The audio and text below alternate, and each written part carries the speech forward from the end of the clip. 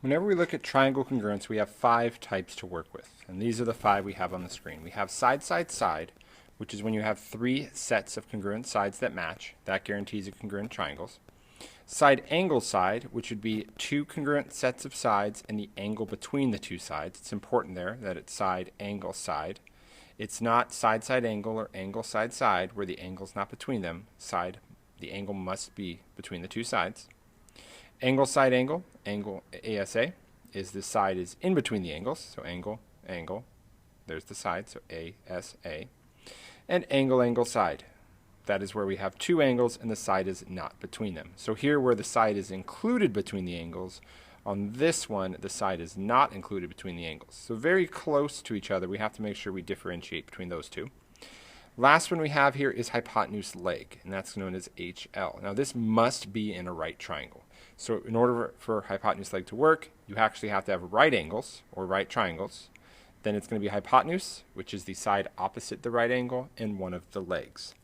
So these are the 5 we have to work with. So as we start out, before we get to formal proofs, we're just going to kind of talk through, figure out what type of congruence we have, and pick up the properties that we're commonly going to use along the way.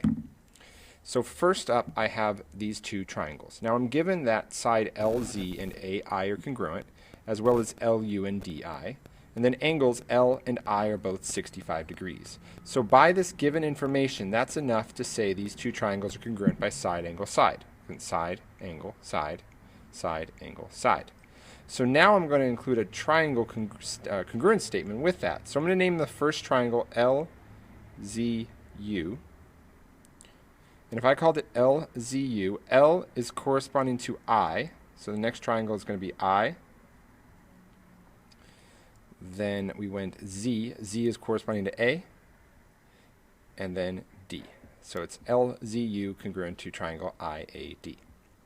Next one, I have A and R are congruent. I have AM and RM are congruent, which also means M is a midpoint. This does not mean that M is necessarily a midpoint on this side. What I do have here, though, is I have vertical angles.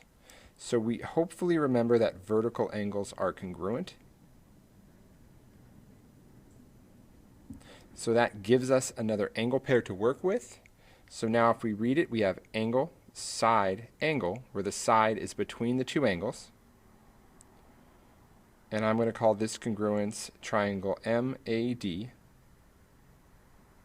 So it went MAD is congruent to MRC. Our next one, we start off with 2 sets of sides. We need to find something else. This is another common one we get. I have FD is in both of the triangles, and it is congruent to itself. So the segment FD in the bottom triangle is congruent to the segment FD in the top triangle because they're the same segment. This is called reflexive property. So because of reflexive property, I can now say the 2 triangles are congruent by side, side, side. I'm going to say triangle FAD is congruent to triangle FED. Now, down the next row here, I have these 2 triangles. All 3 sets of sides are congruent, matching with corresponding parts. So we could case side, side, side. But I can go a little bit further here. I also have vertical angles. And because of those vertical angles, I could also say that the 2 triangles are congruent by side, angle, side. And that would be ignoring this side and this one here, but looking at side, angle, side, side, angle, side. So really either one works, and the 2 triangles would be triangle TIG is congruent to triangle NIA. For our next one, I have right angles, so they're actually both right angles when they're perpendicular. We have reflexive property again at AI is congruent to AI. This one, since they are right angles, we have to consider using hypotenuse leg. AG and AS are the hypotenuses. AIs are the legs. So that is HL. And we'll say triangle GAI is congruent to triangle SAI. Next one, we have OH is parallel to AT.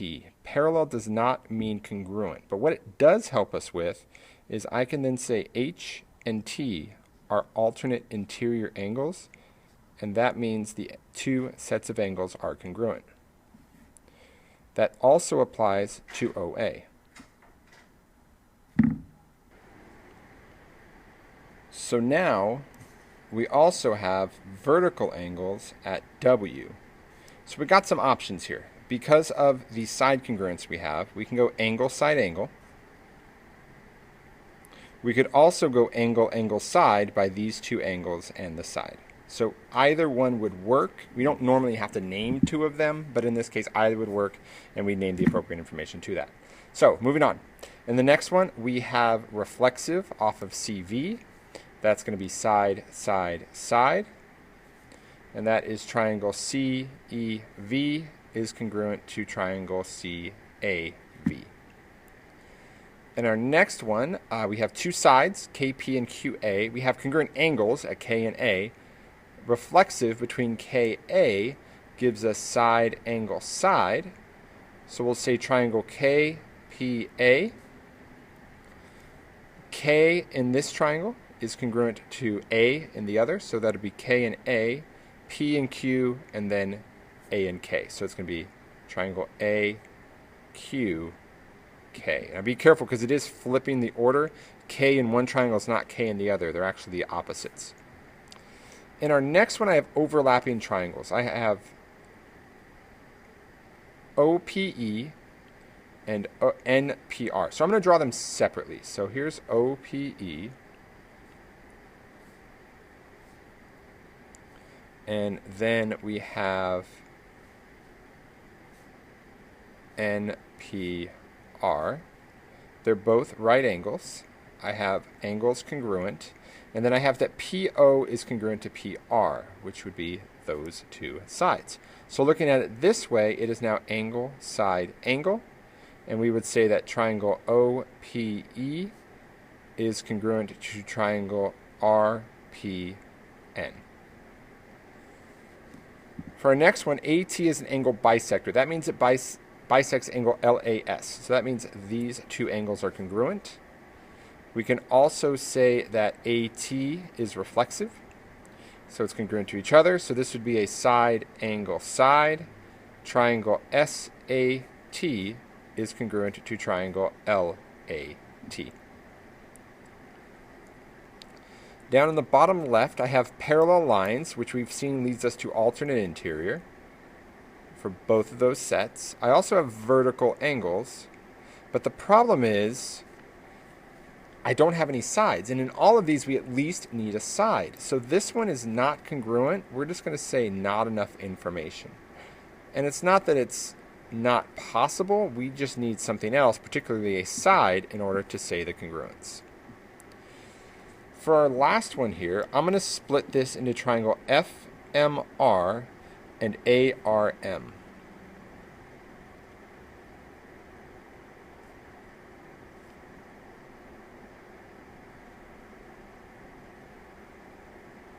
Now, I had right angles.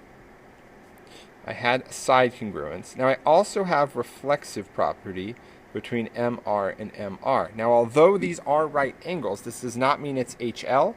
This is actually side, angle, side. And we're going to say triangle FMR is congruent to triangle ARM.